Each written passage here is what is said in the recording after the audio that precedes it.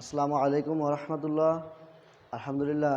প্রিয় শিক্ষার্থী, গত অনলাইন ক্লাসে আমি তোমাদের সামনে আলোচনা করেছিলাম প্রথম n সংখ্যক স্বাভাবিক সংখ্যার সমষ্টি নির্ণয়ের সূত্রের প্রতিপাদন, এবং আমি বলেছিলাম যে আমি পরবর্তী ক্লাসে তোমাদের প্রথম n সংখ্যক স্বাভাবিক সংখ্যার বর্গের সমষ্টি নির্ণয়ের যে সূত্রটি আছে এই সূত্রটি প্রতিপাদন করে দেখাবো।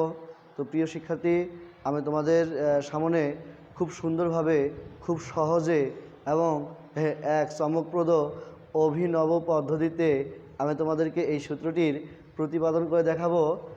আমি আশা করি তোমরা সূত্রটির আমি যে পদ্ধতিতে, যে সহজ পন্থা অবলম্বন করে তোমাদেরকে প্রতিপাদন করে দেখাবো, আমি আশা করি তোমরা এই প্রতিপাদনটি এর আগে কখনো দেখো নাই। তো প্রিয় শিক্ষার্থী,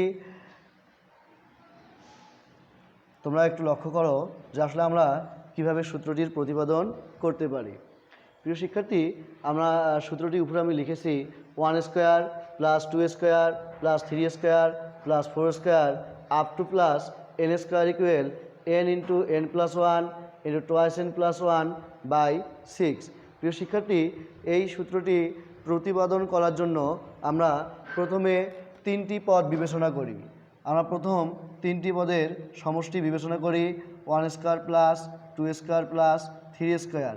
প্রিয় শিক্ষার্থী, তিনটি স্বাভাবিক সংখ্যার বর্গের সমষ্টি আমরা এখানে লিখেছি 1 square plus 2 square plus 3 square. প্রিয় শিক্ষার্থী, আমি এই তিনটি স্বাভাবিক সংখ্যার বর্গের সমষ্টিকে S3 দ্বারা লিখতেছি। তাহলে এরপরে আমরা লিখতে পারি বা S3 equal 3 square plus 2 square plus 1 square. প্রিয় শিক্ষার্থী, উপরের সমীকরণ দুইটি যদি আমরা যোগ করি তাহলে আমরা লিখতে পারি 2S3 equal 1 square plus 3 square plus 2 square plus 2 square plus 3 square plus 1 square. প্রিয় শিক্ষার্থী, আমরা লিখতে পারি 2S3 ইকুয়াল 10 প্লাস 8 প্লাস 10।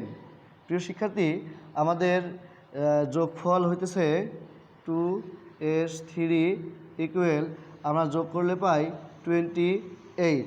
প্রিয় শিক্ষার্থী, খুব সুন্দর একটি মজার বিষয় এখানে আমরা উপস্থাপন করতেছি। তোমরা একটু খেয়াল করো, আমরা কয়টি পদের সমষ্টি নিয়েছিলাম? তিনটি পদের সমষ্টি। প্রথম তিনটি পদের বর্গের সমষ্টি আমরা নিয়েছিলাম, প্রথম পদ, দ্বিতীয় পদ, তৃতীয় পদ। তাহলে আমাদের এখানে পদ সংখ্যা আছে মোট তিনটি। আমরা লিখলাম 3।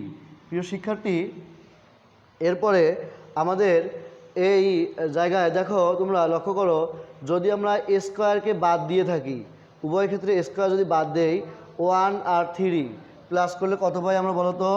4 পাই।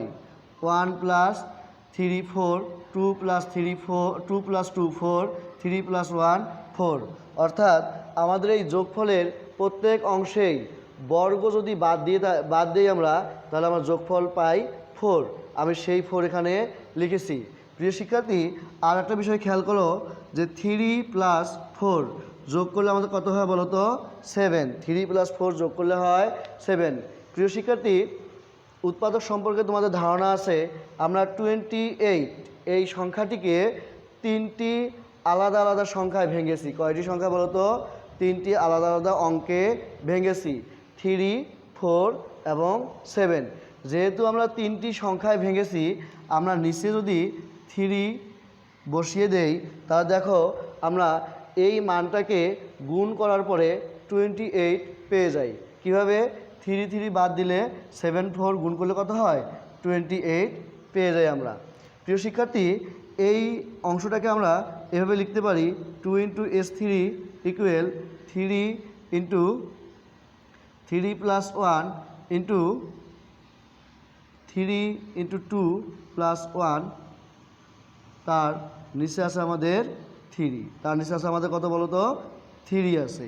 প্রিয় শিক্ষার্থী, আমরা এই অংশটাকে যদি এরপরে লিখতে পারি S3 equal 3 into 3 plus 1 into 2 into 3 plus 1 by বাম দিকে আমাদের 2 আছে, ডান দিকে নিচে গেলে গুণ হবে, নিচে হবে 6। তাহলে আমরা প্রথম 3টি স্বাভাবিক সংখ্যার বর্গের সমষ্টি S3 দ্বারা প্রকাশ করেছিলাম। আর S3-র মান আমরা পেয়েছি S3 equal 3 into 3 plus 1 into 2 into 3 plus 1/6। প্রিয় শিক্ষার্থী, এবার যদি আমরা অনুরূপভাবে প্রথম 4টি স্বাভাবিক সংখ্যার বর্গের সমষ্টি নিয়ে আলোচনা করি, তাহলে আমরা কি লিখতে পারি তোমরা একটু লক্ষ্য করো। মনে করি প্রথম 4টি স্বাভাবিক সংখ্যার বর্গের সমষ্টি S4। আমি ধরলাম প্রথম 4টি স্বাভাবিক সংখ্যার বর্গের সমষ্টি S4। তা লিখতে পারি 1 square plus 2 square plus 3 square plus 4 square. প্রিয় শিক্ষার্থী, আমি যদি আবারও S4 লিখি, আমি মানগুলোকে বিপরীত ক্রমে সাজিয়ে লিখলে লিখতে পারি 4 square plus 3 square plus 2 square plus 1-এর উপর স্কোয়ার। প্রিয় শিক্ষার্থী, উপরের সমীকরণ দুইটি যদি আমরা যোগ করি, তাহলে আমরা লিখতে পারি 2S4 equal 1 square plus 4 square plus 2 square plus 3 square plus 3 square plus 2 square plus 4 square plus 1 square. প্রিয় শিক্ষার্থী, আমরা যোগফল নির্ণয় করি। 2S4 ইকুয়াল আমাদের এখানে হচ্ছে 17 প্লাস হচ্ছে 13 প্লাস আবার 13 আবার 17। প্রিয় শিক্ষার্থী, এরপর আমরা 2S4 ইকুয়াল লিখতে পারি 60। প্রিয় শিক্ষার্থী, তোমরা একটু খেয়াল করো, আমরা এই 60 সংখ্যাটিকে ভাঙাবো। 60 সংখ্যাটিকে ভাঙলে আমরা লিখতে পারি, আমাদের পদ সংখ্যা ছিল 1 2 3 4। পদ সংখ্যা যেহেতু 4, আমি এখানে লিখলাম 4।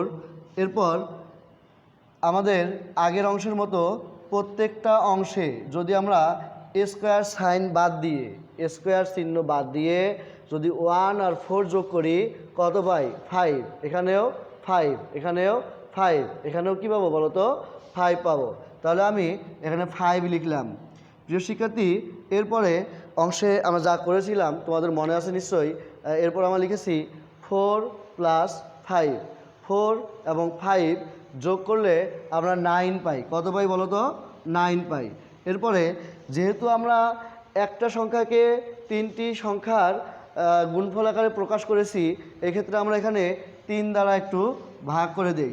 প্রিয় শিক্ষার্থী, তোমরা একটু গুণ করে দেখো, আমাদের এই গুণফলটা কিন্তু 60 মিলে যায়, 60 মিলে যায়। প্রিয় শিক্ষার্থী, এই লাইনকে যদি আমি একটু এভাবে লিখতে পারি, 2S4 equal 4 into 4 plus 1 into 2 into 4 plus 1/3। প্রিয় শিক্ষার্থী, এর পরের অংশ আমরা লিখতে পারি S4 equal 4 into 4 plus 1 into 2 into 4 plus 1 নিচে আছে 3, বাম দিকে আছে 2। বাম দিকে 2 নিচে গেলে আমাদের গুণ করে কত পাবো আমরা? 6। জি প্রিয় শিক্ষার্থী, তাহলে আমরা প্রথম 4টি স্বাভাবিক সংখ্যার বর্গের সমষ্টি নির্ণয় করলাম। S4 equal 4 into 4 plus 1 into 2 into 4 plus 1/6।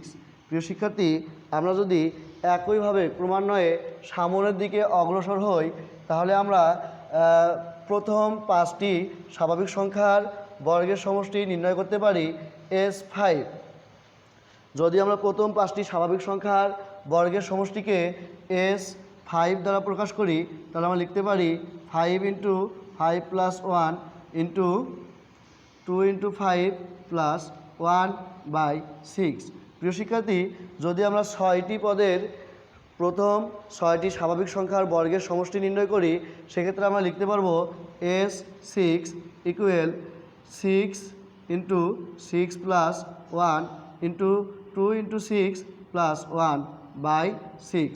প্রিয় শিক্ষার্থী, আমরা যদি অনুরূপভাবে সামনের দিকে আরও ক্রমান্বয়ে অগ্রসর হই, তাহলে আমরা প্রথম n সংখ্যক স্বাভাবিক সংখ্যার বর্গের সমষ্টি s অফ n লিখতে পাই n into n plus one into two into n plus one by six, অর্থাৎ s of n equal n into n plus one into two n plus one by six.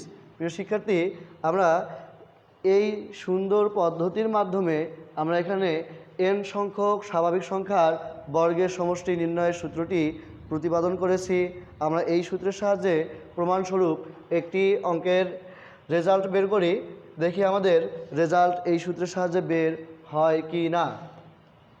প্রিয় শিক্ষার্থী, 1 square plus 2 square plus 3 square যদি আমরা যোগ করি, আমরা লিখতে পারি 1 প্লাস 4 প্লাস 9 ইকুয়াল 14।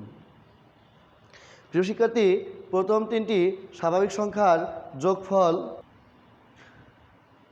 যোগফল পেয়েছি 14। আমরা একটু সূত্র ব্যবহার করি, আমরা লিখি S3 ইকুয়াল S3 আমাদের কত ছিল মান বলতো?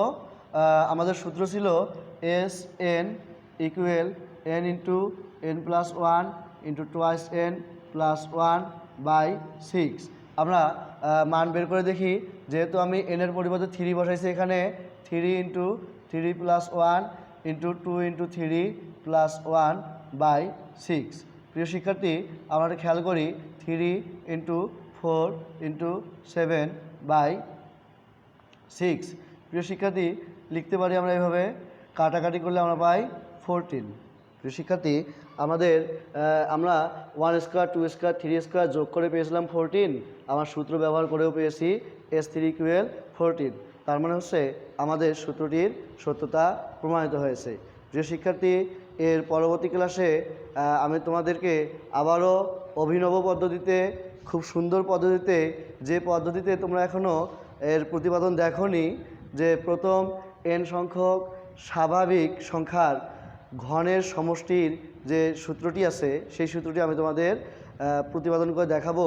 তোমাদের এই পর্যন্ত তোমরা ভালো থাকো, সুন্দর থাকো, ভালোভাবে লেখাপড়া করো, তোমাদের দীর্ঘায়ু কামনা করি এবং তোমাদের সুস্বাস্থ্য কামনা করে আজকের মধ্যে এই পর্যন্ত শেষ করছি। খোদা হাফেজ, আসসালামু আলাইকুম।